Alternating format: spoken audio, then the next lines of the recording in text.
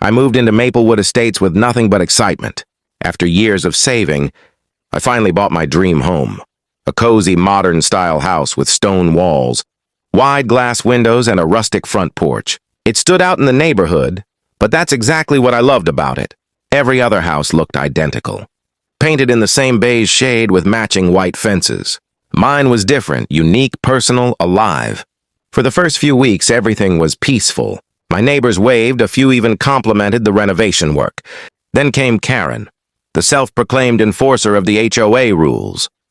I'd seen her before, short blonde hair, sunglasses even in cloudy weather, and a clipboard practically glued to her hand. She didn't wave. She inspected. One morning I woke up to find a bright orange notice taped to my front door. Notice of violation. Your property does not conform to HOA-approved design standards. Immediate correction required. At first I laughed. There had to be some mistake. My house didn't violate anything. It was fully permitted by the city. But when I called the number on the paper, Karen herself answered. Her voice was cold and sharp. Your house design disrupts the uniform appearance of Maplewood Estates. It's too different. You need to make changes or vacate. Too different? I repeated, stunned. This is my property. I followed every regulation. Karen didn't care. She said, the HOA's aesthetic standards are clear.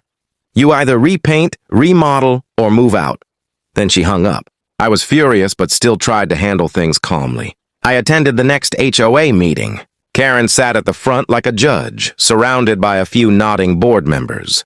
I explained everything. My permits, my approval from the city, even the fact that the previous owners had the same exterior design. Karen smirked and said, this isn't about legality. It's about harmony. Your house breaks that harmony. Some neighbors agreed with her. Others looked uncomfortable but stayed silent. I realized then it wasn't about rules. It was about control. Karen didn't like seeing something she couldn't dictate. When I refused to repaint, she doubled down. Daily warnings, threats of fines, and letters saying I had 30 days to vacate the premises. That was the last straw. If Karen wanted a fight, she was going to get one. I gathered every document, every approval letter, every photo of her harassment, and I called my lawyer. Because this time, Karen was about to learn that too different isn't illegal. The moment I contacted my lawyer, things started to change. His name was Mr. Donovan, a calm, gray-haired man who had dealt with HOAs for over 20 years. After hearing my story, he sighed and said, "You're not the first homeowner Karen's targeted. But if she's threatening eviction without legal grounds, we'll take her down." The next morning, I received yet another letter from the HOA, this time delivered by hand. Karen herself stood at my door, wearing a smug grin. "You've been officially fined $5,000 for non-compliance," she said. "And if you don't vacate by next week, the HOA will take legal action." I smiled politely and replied, "Funny. You'll be hearing from my lawyer first." Her expression dropped instantly. She blinked, trying to regain control. "You're making this harder than it needs to be," she snapped. "Just repaint your house like everyone else." I closed the door in her face. Within days, Karen began her little campaign. She convinced a few of the board members to issue noise complaints about my lawnmower, my porch lights, even my dog barking. She wanted to bury me in violations, but Mr. Donovan was one step ahead. We started documenting everything, every notice, every threat, every instance of Karen standing outside my house taking pictures. My home security camera caught her several times, walking up to my fence with her clipboard, muttering to herself. When she found out I had recorded her, she lost it. She stormed up to me one afternoon yelling, "You can't record me without permission. That's a violation." I calmly replied, "Public property." "Karen, you're on camera for your own safety." By now, several neighbors had noticed her obsession. One, a quiet older man named Mr. Hughes, approached me and whispered, "You're doing the right thing. She did this to me years ago. I repainted my house just to make her stop." That hit me hard. How many people had she bullied into submission? A week later, Mr. Donovan filed an official complaint against the HOA for harassment, misuse of authority, and intimidation. He also demanded a cease and desist order against Karen personally. When she got served with the legal notice, she showed up at the next HOA meeting fuming. waving papers around like a flag. "He's suing the HOA! This man is attacking our community!" But for the first time, the board members looked unsure. They'd seen the footage. They'd read her messages. Her power grip was slipping. Karen had built her little empire on fear, and now it was starting to crumble. The court date arrived faster than I expected. I walked into the courthouse wearing my best suit, holding a folder filled with every document Mr. Donovan had prepared: permits, HOA letters, photos, and even video footage of Karen trespassing. Karen was already there, sitting at the plaintiff's table like she owned the place. Her posture screamed confidence, clipboard in hand, lips pressed into a thin smile.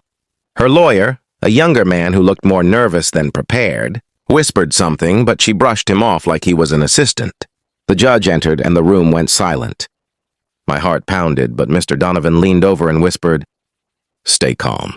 Truth's on our side," Karen's lawyer began, with a dramatic speech about community harmony and how my house violated the collective aesthetic of Maplewood Estates. He spoke like I had built a neon castle in the middle of a beige village. Then came Karen's turn.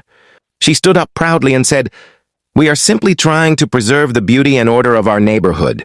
His house is an eyesore, and the HOA has every right to enforce standards." The judge frowned. "Do you have specific bylaws showing that his design is prohibited?" Karen froze. She shuffled through her papers and finally muttered, "Well, not exactly, but the design committee must approve any major changes. And he didn't ask permission." That was my cue. Mr. Donovan stood and handed the judge a copy of my city-approved renovation permit, complete with a letter, signed by the previous HOA, president approving the same design. "Your Honor," Donovan said, "my client followed every legal requirement. The HOA has no written rule against his home design. This is harassment, plain and simple." Karen's jaw dropped. She started whispering furiously to her lawyer, who looked ready to disappear. Then came the video evidence. The screen showed Karen standing outside my property, taking pictures, yelling through my fence, and at one point trespassing onto my porch. The courtroom murmured in shock. The judge leaned back. "Ms. Wilson," he said sternly, "you are overstepping your authority. You cannot threaten eviction or fines without clear lawful grounds." Karen tried to argue. "But, Your Honor, it's my job to protect our community." The judge cut her off.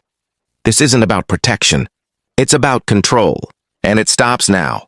The final blow came when Donovan presented statements from 5 neighbors, each admitting Karen had harassed them too. By the time the hearing ended, the judge had ordered the HOA to pay my legal fees and issued a restraining order preventing Karen from contacting me directly. Karen stormed out of the courtroom, red-faced and shaking, muttering something about outsiders ruining neighborhoods. As I walked out, Mr. Donovan smiled. "Congratulations," he said. "You just set a precedent. She won't be terrorizing anyone else for a long time." The days after the court ruling felt unreal. For the first time since moving into Maplewood Estates, I could step outside without feeling someone's eyes on me. No more orange notices, no more HOA letters taped to my door. Just peace, the kind I'd imagined when I first bought this house. Karen, however, wasn't taking her defeat quietly. Word spread quickly through the neighborhood that she had been officially removed from her position as HOA president. The board, tired of her arrogance and the legal mess she'd caused, voted her out within a week. When I saw the removal notice posted on the community board, I couldn't help but smile. It was poetic justice. The woman who'd tried to force me out was now the one being shown the door. Neighbors who once stayed silent began approaching me, one by one.